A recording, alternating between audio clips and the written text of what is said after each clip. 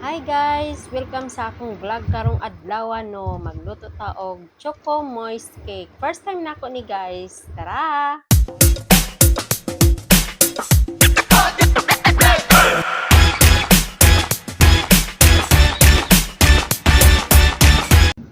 Thank you for your support guys. Dali na guys, mag-start na ta sa atong recipe karong adlaw. So naatay 240 grams na fresh milk or evap milk, pwede pod gihapon na siya. Then 2 eggs na large eggs, duha ka itlog nga large. Room temperature na siya guys ha. So ato lang na siyang i-mix. So dili na nato ni gudugayon guys, i-fast forward na nato atong video para maadto na ta sa next nato nga ingredients. Sunod na isagol guys ay nagtakal ko og asukal nga puti. 140 grams.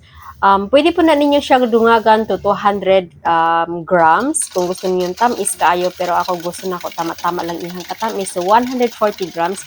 So ako lang na siyang gihinay-hinay og sagol sa atong mixture, sa atong kuan sa itlog ug gatas para gyud masigurado nato na ma-mix ang asukal.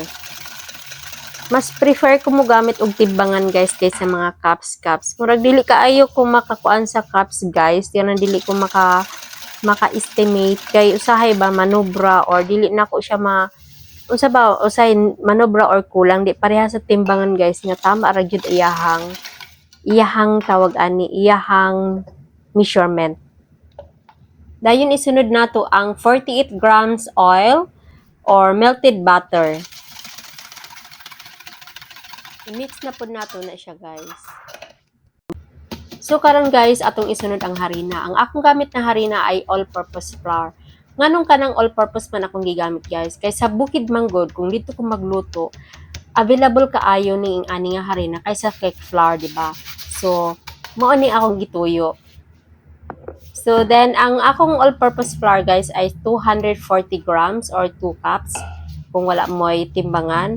Then, cocoa powder, unsweetened cocoa powder, 60 grams or half cup.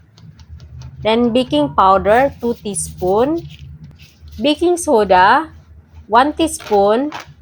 Salt, half teaspoon.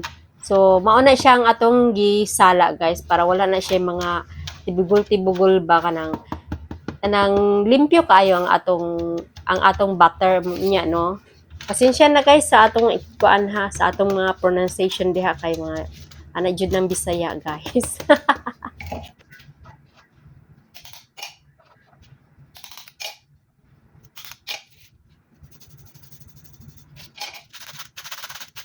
So aton lang i-mix ang atong ingredients guys gamit ang whisk. So dili ta maggamit og electric mixer. Moray na nakanindot ani nga recipe guys kay pwede ra kaayong ukay-ukayon raging ana no, pwede ra magamit og kanang tinidor or kutsara, okay ra kaayo siya guys kay unlike sa mga uban nga na cake no, pananggitan ka ng chiffon cake kay ang chiffon cake dili jud na siya lalim na himuon kay dapat graceful jud ka na, dapat ampingan jud na nimo ang chiffon cake nga dili siya ma-overmix ana god. So kani sa akong ambot lang pud no, kay first time ra man pud na ako naghimo ani nga cake, but so far okay man siya guys. Need lang gid siguro og kanang more practice pa. Basta mauto more practice pa guys para pero guys naghimo ko ani niya no, then after 2 to 3 days humok pagihapon ang cake, smooth pagihapon siya. 1/3 cup hot water, gihalo na ko ang 1 teaspoon coffee powder. Ini coffee powder lang na siya, bisag unsa lang na siya nga coffee powder guys. Then ato na siyang ihalo sa atong butter, sa chocolate butter. Then after ana guys, nagbutang ko og 1 teaspoon na white vinegar. Wala na ako nakuhaan siya og video kay ako mag-video guys, akong ginaputol-putol siya. So nakalimot ko og on sa akong video pagbutang na ako sa white vinegar. So mao ni ang resulta sa atong butter guys. Smooth kaayo siya guys no, kanang gwapa kaayo siya guys. May pa ang butter gwapa kasi naghimo. Charot. So mao na ni guys, ready na ang ato ang butter para maluto na. So sa kanang akong kuan guys, kanang lutuan ako guys, ako na siyang gibutangan og parchment paper kay tapulan man ko maglimpyo guys para wala siya dili siya mudikit sa kuan sa baking pan. So mao na ato na siyang butangan og papel or kung sa bukid siguro dahon saging no, mas humot pa. So man na siya guys gamay og dako na siya guys. Then, samtang ako na siyang gitransfer diha, ako nang gipainit ang oven sa 220 degrees Celsius. Dayon guys, ato nang itak-tak-tak para wala na siya yung mga tibugol-tibugol no, para hamis yun kayo, para limpyo yun kayo siya guys no, maluto yun siya ba, dili siya naga tibugol-tibugol. Then, maura to, pagkahuman ana, ato na siyang iluto sa atong oven sa 180 degrees Celsius for 40 minutes. So, samtang kahulata sa atong cake guys, no, magluto ta sa atong ganache. So, mauni siya karon ang atong ingredients. 2 tablespoon cornstarch, 25 grams na cocoa powder, 125 grams na condensed milk, 125 grams evaporated milk, or fresh milk. Then, 2 tablespoon butter. Pero, unya na siya ang butter, guys, ha. Unya, pinch of salt. So, ang butter, ato sa na siyang i-sit aside sa. So, kana siya, guys, pagkaman nato na siya prepare sa atong ingredients, ato na siyang i-mix. Then, ato siyang iluto sa low heat lang. So, until na mag-sticky-sticky na ang atong ganache. Nang very thick na gid siya guys. So makita ninyo karon kung unsa ang iyahang texture.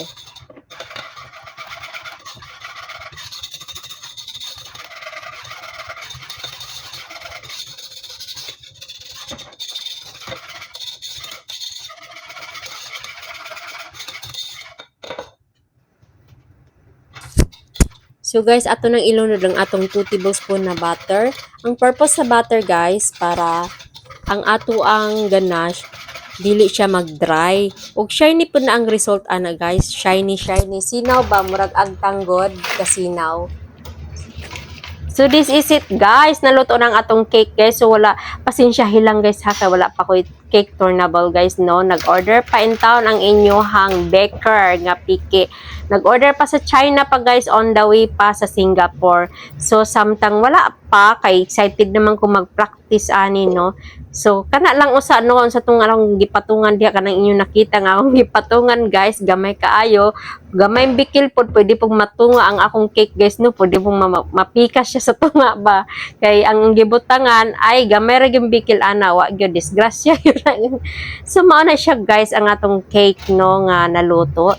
Gahi siya tan-aw no, pero dili na siya gahi guys, kay hamis lang gid na siya guys. Charot, sulit siya pagka cake guys. Ug kanang wala siya halo nga mga chocolate, charot, wala siya chocolate nga halo guys, pero na siya cocoa. Kay ang kanang mga tao nga nagahimo og kanang chocolate moist, chocolate ilahang ginagamit, chocolate bar, pero ako cocoa powder lang guys, kay practice pa man ni ako nya kung masayop at least dili sakit sa bulsa no. So cocoa powder okay ra kaayo guys, unya dili pud siya cake flour akong gamit, so narata sa baratohon nga all purpose flour. So mauna na guys, atong nang i-apply ang atong ganache guys. Ang atong ganache guys, kay dili kay na siya tamis, kay ako ra nang gipangkat-kat ang akong mga ingredients guys. Kinopya ko na ang ingredients guys sa mga akong natan-awan sa Facebook Reels, sa YouTube. Kinopya ra ko na guys kung unsa ang mga gipangsagol. Pero ang measurement ana guys, labi na ang asukar og ang condensed milk sa ganache, ako na siyang gi-reduce kay dili ko gusto. Naga-practice na ko karon og less sweet. Charot. Sa pagkaon lang guys, pero sweet jud ko. Char. Daghan pag atik-atik oy. Bitaw guys no, kay kuan man ta karon sa pagkakaron no, nagahadlok naman tag kanang mga tamis good no, di ba? Nagalikay naman tag tamis. So ang asukar ana guys, instead na 200 grams ako ra na siyang gi 150 ba to? Am I right? 140 di ay guys. So, mao na siya guys, akong gi-reduce din na siya guys no. Tapos ang akong condensed milk instead na 370 ml or grams, ako ran siyang gibutang sa 125 grams. So, mao na siya guys. Mao ni ang resulta. Gwapa kaayo. Bahala gili gwapa ang nagluto. So, ayun na mo katingala guys. Kung dili pantay ang ganache sa pagbutang na ako guys. No, kay wala lagi ko cake turnable guys. Oy, mahadlok man ko basig mahulog akong cake. Basig mahulog ba palpak noon. So mao na siya guys, maghan salamat wala na akong ipakita kung unsaon gyud sa nako pagkat. So mao na ni akong kinat guys ug akong gi-share sa akong mga friends last Sunday guys. Og ang comment nila lami man di hapon. Char. Kay ning ingon man sila lami, murag kalutuon na pud ko karong birthday na ko pohon guys para i-share sa ila ha. Bye. Thank you.